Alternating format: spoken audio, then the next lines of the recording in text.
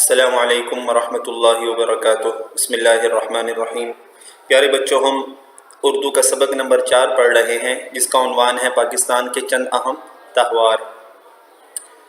تو اس میں سے ہم آخری تہوار پڑھیں گے آج، اور اس کے بعد ہمارا سبق ختم ہو جائے گا۔ تو آئیے شروع کرتے ہیں۔ سبی میلہ۔ سبی درہ بولان کے دہانے پر آباد ایک قدیم شہر ہے۔ قدیم شہر ہے یعنی پرانا شہر ہے، اور درہ کسے کہتے ہیں یہ آپ کو پہلے بتا دیا گیا ہے، یعنی دو پہاڑوں کے درمیان کا راستہ۔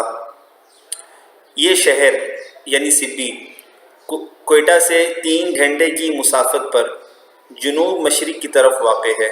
ٹھیک ہے، کوئٹہ سے جب آپ سفر شروع کریں تو 3 گھنٹے آپ کو لگیں گے، تو آپ اس شہر میں پہنچ جائیں گے۔ اور کس طرف واقع ہے؟ جنوب مشرق کی طرف واقع ہے، یعنی مشرق اور جنوب کے درمیان جب آپ جائیں گے، ان کے درمیان میں یہ آتا ہے۔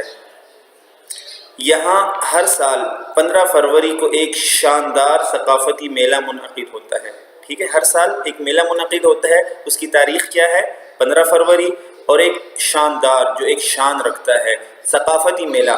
ثقافتی یہ لفظ بار بار آ چکا ہے، یعنی جو تہذیب کو ظاہر کرتا ہے، کلچر کو ظاہر کرتا ہے۔ پاکستان کے قومی تہواروں اور میلوں میں سبی میلہ بھی اپنی مقبولیت کے باعث نمایاں مقام رکھتا ہے۔ مقبولیت یعنی اپنی پسندیدگی کے باعث نمایاں مقام رکھتا ہے، یعنی ایک اہم مقام رکھتا ہے۔ اس میلے کی روایت بھی 1 صدی سے زیادہ عرصے پر محیط ہے یعنی پھیلی ہوئی ہے۔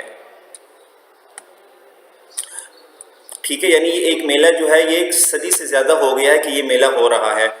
تو سب سے پہلے کب ہوا یہ میلہ؟ پہلی بار 1888 میں منعقد ہوا۔ کب ہوا منعقد؟ 1885 میں، معذرت 1885 میں، یعنی 1885 میں منعقد ہوا۔ اور اب کون سا سال چل رہا ہے؟ 2020 چل رہا ہے، تو تقریباً اس کو کتنے سال ہو گئے؟ 135 135 ایئرز ہو گئے اس کو۔ اس میلے میں پورے پاکستان سے شائقین اکٹھے ہوتے ہیں۔ شائقین کسے کہتے ہیں؟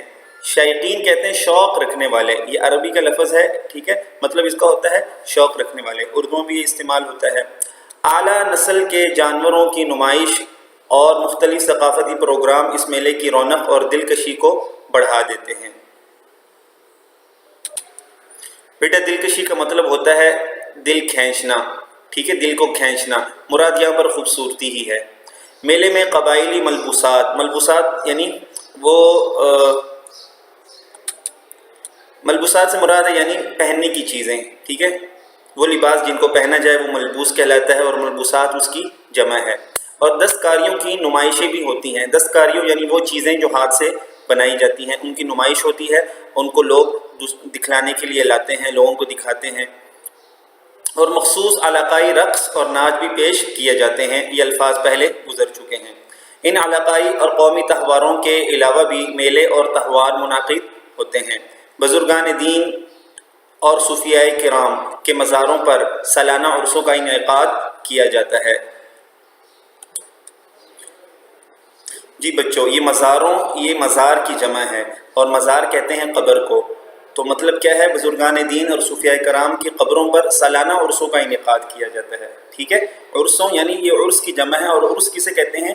یہ فاتحہ خوانی کی مجلس ہوتی ہے، جو کسی بھی بزرگ یا مرشد یا پیر کے جو تاریخ وفات ہوتی ہے اس پر منعقد کی جاتی ہے۔ تو ہر سال یعنی یہ عرسوں کا انعقاد کیا جاتا ہے۔ ان عرسوں کے موقعوں پر مختلف تقریبات منعقد ہوتی ہیں، اور بھی مختلف تقریبات منعقد ہوتی ہیں، جن میں دور و نزدیک سے لوگوں کی بڑی تعداد شریک ہوتی ہے۔ دور سے بھی لوگ آتے ہیں اور نزدیک سے بھی لوگ شرکت کرنے کے لیے آتے ہیں۔ ان تہواروں اور میلوں میں لوگوں کو ایک دوسرے کے قریب آنے کا موقع بھی میسر آتا ہے۔ ٹھیک ہے،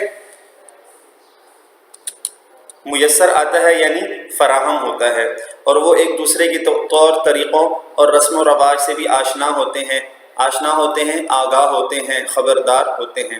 تو بچوں، یہ ہمارا سبق ختم ہو گیا ہے۔ آپ نے پاکستان کے جو تہوار ہیں 4، ان میں سے بڑے بڑے تہوار آپ نے پڑھ لیے، تو آپ خوب ان کو ذہن نشین کیجئے تاکہ آپ کے لیے مشق کو حل کرنا آسان ہو جائے۔ السلام علیکم ورحمۃ اللہ۔